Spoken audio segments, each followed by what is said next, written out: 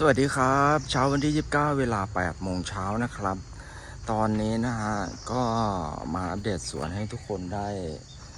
เห็นนะครับเมื่อคืนก็มีฝนตกลงมาไปปล่อยๆนะครับทุกคนครับนี่เป็นมันเบอรี่นะครับทุกคนรู้จักมันเบอรี่ไหมว่าภาษากระแดก็คือมันเบอรี่นะครับแต่ภาษาบ้านๆก็คือลูกหม่อนครับมันเบอรี่นะครับหรือว่าลูกหม่อนนะครับนี่สดๆจากต้นเลยนะครับเนี่ยคุณยายแกชอบเดินมาแล้วก็เก็บกินเลยอะไรเงี้ยเพราะว่าที่นี่เราไม่ได้ใช้สารเคมีอะไรฉีดพ่นนะครับ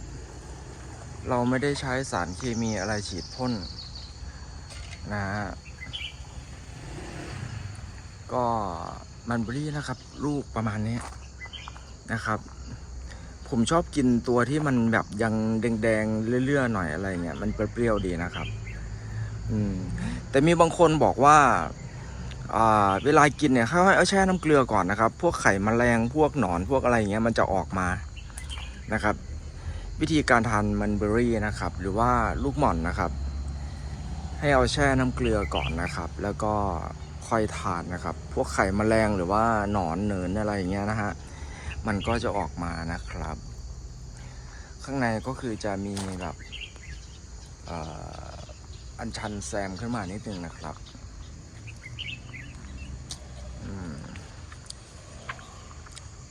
เดี๋ยวจะพาเขาไปดูในสวนกันนะครับแถวนี้ก็มีเลมอนขึ้นมาตัวนี้ลูกนี้น่าจะเป็นยูเรกานะครับนะครับ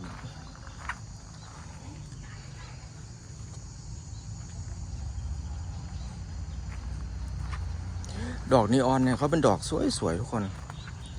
ดอกนีออนเนี่ยเป็นดอกสวยๆนะดูเขาเวลาเขาร่วงเขาจะเป็นสีชมพูหวานๆนะครับเป็นดอกสีชมพูหวานๆนะฮะวันนี้ก็คือจะตัดแต่งกิ่งพี่สาวจะตัดแต่งกิ่งเหมือนเดิมนะครับเพราะว่าต้องแยกโซนระหว่างเลมอนกับพวกไม้เลื้อยอะไรต่างๆนะฮะเพราะว่าตรงนั้นเนี่ยจะทำเป็นเลมอนเฮาส์นะฮะแต่พวกเหลืองชัชวาลพวกช่อมารีอะไรอย่างเงี้ยนะครับมันเลื้อยขึ้นไปนี่คือเป็นต้นซิลเวอร์นะครับต้นที่เหมาะสำหรับที่จะจัดสวนโซนฝรั่งโซนอังกฤษสวนอังกฤษอะไรอย่างเงี้ยนะครับส่วนโซนยุโรปอะไรอย่างเงี้ยนะครับต้นซิลเวอร์แล้วก็ดงเลมอนนะครับดงเลมอนลูกนั้นเหลืองแล้วนะฮะ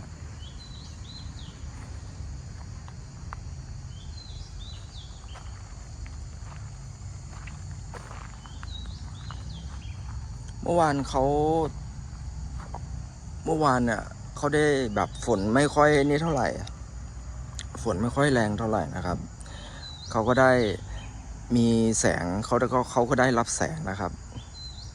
ดีใจกับเขานะฮะนี่คือมานูก้านะครับมานูก้าเป็นพืชมาจากทางออสเตรเลียนะครับเป็นพืชมาจากทางออสเตรเลียที่จริงพวกต้นไม้พวกอะไรเนี่ยมาจากออสเตรเลียเยอะนะครับ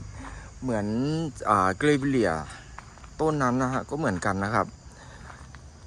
เนี่ยนะฮะฟอร์มนี้นะเกรวิเลียจริงๆแล้วเข้ามาจากออสเตรเลียนะครับ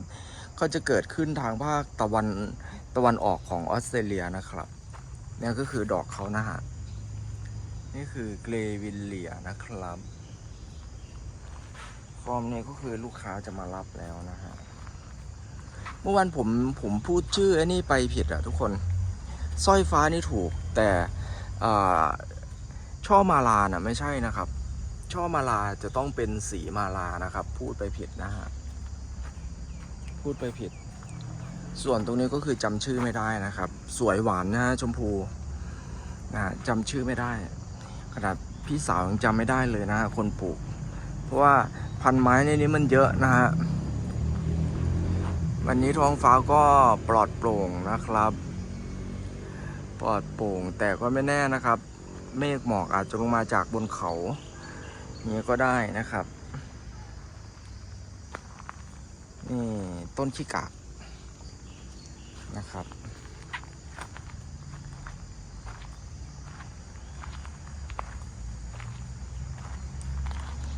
ก็มาเดินดูสวนเอ๊ะมีแมวไอ้นี่เข้ามา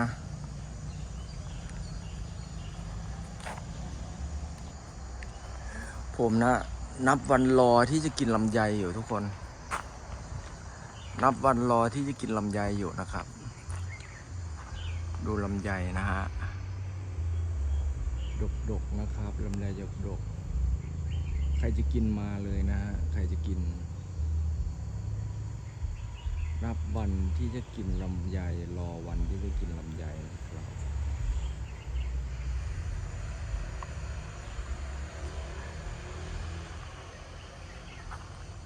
เดี๋ยวไปดูกิ่งชำกิ่งนั้น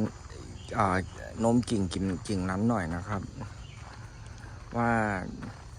จะดีจะได้ที่หรือยังก็คงประมาณสักเดือนหนึ่งนะครับประมาณสักเดือนหนึ่งขอบคุณนะครับสำหรับคนที่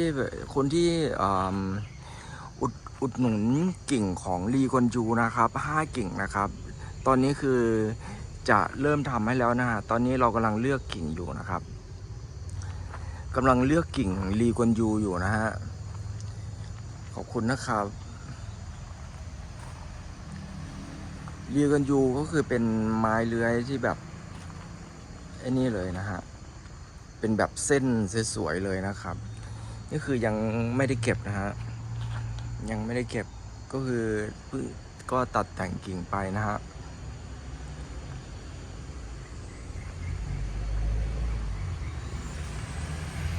ต้นนี้เป็นไม้อากาศอะตอนแรกผมคิดว่าเป็นสับปะรดไม่ใช่สับปะรดนะฮะ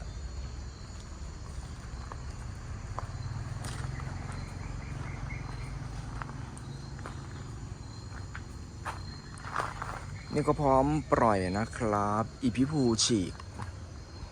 ฟอร์มได้ที่แล้วนะครับลีกวนยูเนี่ยเรากำลังจะหากิ่งแก่ๆไปนะครับหลักการของการเลือกกิ่งอ่ะคือถ้าเป็นแบบนี้นะครับถ้าเป็นแบบนี้นะฮะมุมเนี่ยจะชัดมุมนี้ถ้าเป็นกิ่งแบบนี้นะครับทุกคนถ้าเป็นกิ่งแบบนี้เราจะเอาไปตอนตรงนี้นะครับเราจะตอนตรงนี้ตรงไหนถึงจะชัดตรงนี้เราจะไปตอนตรงนี้นะครับแล้วที่เหลือเนี่ยคือก็จะได้หมดเลยนะครับที่มันแบบแตกกิ่งก้านสาขาออกมาเนี่ยก็คือจะได้หมดเลยนะครับนะฮะเนี่ยก็คือเราจะตอนตรงนี้ให้เลยนะฮะตรงนี้ก็ถือว่าเป็น1 กิ่งนะครับเนี่ยพวกข้ออะไรต่างๆเนี่ยเขาสามารถงอกออกมาได้อีกนะเนี่ยถ้าตัดปลายยิ่งจะแตกออกมานะฮะดูมันแตกออกมานะครับถ้าตัดปลายมันยิ่งจะแตกออกมานะครับเนี่ยมันจะงอกออกมาตรงข้อเนี่ยเราก็จะตอนตรงนี้นะฮะตรงนี้ก็ถือว่าเป็นกิ่งหนึ่งนะฮะสิ่งที่คุณจะได้นะครับก็คือตรงนี้เลยนะครับยาวเฟื้อยลงมาเลยนะฮะสามารถแบบเอาไปเลี้ยงเอาไปขยายพันธุ์ได้อีกนะครับนี่คือกิ่งหนึ่งนะครับเราจะนับเป็นกิ่งหนึ่งนะฮะลีกวนจูดูเขาโดนฝนนะครับโดนฝนโดนแดดเขาก็จะแบบย้อยลงมานะครับเหมือนเส้นลูกปัดเลยนะครับนี่ลีกวนจูครับโอเคนะครับสำหรับคลิปนี้ก็มาอัปเดตสวนให้เห็นกันนะครับมาอัปเดตสวนให้เห็นกันนะฮะนี่เกรวิลเลียนะครับตอนนี้ก็คือออกดอกแล้วตัวนี้ก็คือเป็นพืชมาจากออสเตรเลียเหมือนกันนะครับเกรวิลเลียลิลลี่ป๊อปหรือเปล่าไม่รู้นะฮะโอเคนะครับแล้วเจอกันใหม่คลิปหน้านะครับก่อนจากกันไปก็อย่าลืมกดไลค์กดแชร์กด Subscribe เพื่อเป็นกำลังใจในการทำคลิปต่อไปให้กับพวกเราด้วยนะครับสำหรับคลิปนี้ก็สวัสดีครับ